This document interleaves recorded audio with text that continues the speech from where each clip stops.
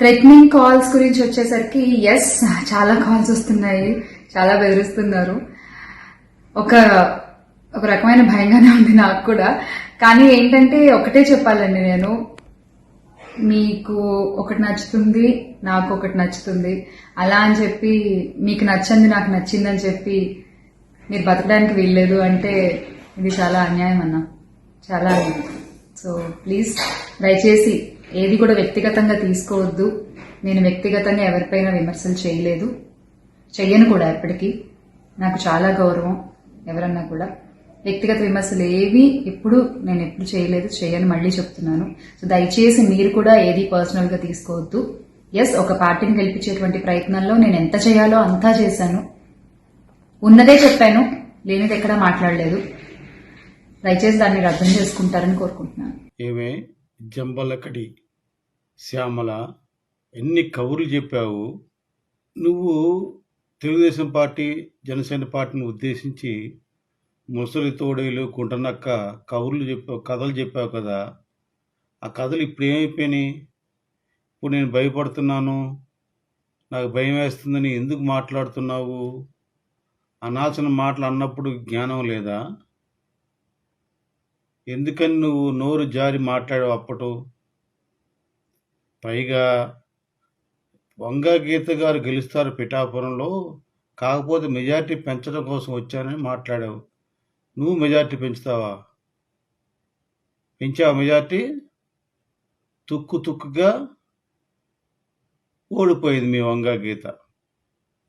పిఠాపురం చరిత్రలో అంత మెజార్టీ ఎవ్వరికి రాలేదు, ఒక్క పవన్ కళ్యాణ్ గారికి వచ్చింది. నువ్వు చెప్తున్నావు, అవి ఇంటర్వ్యూలో చెప్పావు.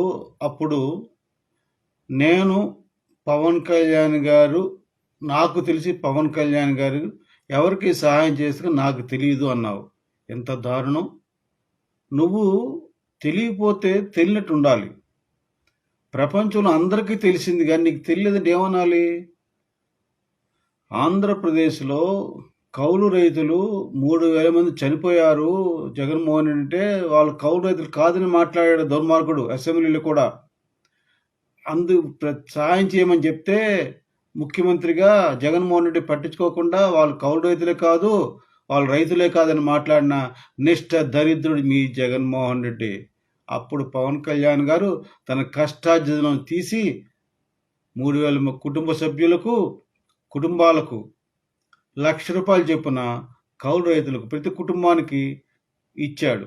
దానికోసం కొంతమంది విరాళం ఇచ్చారు, తీసుకున్నారు, దాని ద్వారా ఇచ్చారు. కానీ నేను ఏంటంటే, ప్రపంచంలో అందరికీ తెలిసింది కౌలు రైతులకి పవన్ కళ్యాణ్ గారు సహాయం చేశారని. మరి నీకు తెలియదంటే ఒకటి ఉంటుంది, నీకు చెవులన్న దొబ్బు ఉండాలి, ఎవరు మాట్లాడినా నీకు వినిపించకపోవడానికి కళ్ళు పోయి ఉండాలి, కళ్ళు దొబ్బు ఉండాలి. అందుకని నీకు కళ్ళుతో చూడలేవు కదా, జరగదు. లేదంటే ఇంకొకటి జరిగి ఉండొచ్చు. సాక్షి టీవీ, TV9, NTV, 10 TV చూస్తుంటావు. వాటిలో పవన్ కళ్యాణ్ గారు మంచి గురించి ఎప్పుడు చెప్పరు కనుక నువ్వు విని ఉండవు. లేకపోతే సాక్షి పేపర్ చదివి ఉంటావు, దిక్కుమాల ఆంధ్రప్రభ పేపర్ చదివి ఉంటావు.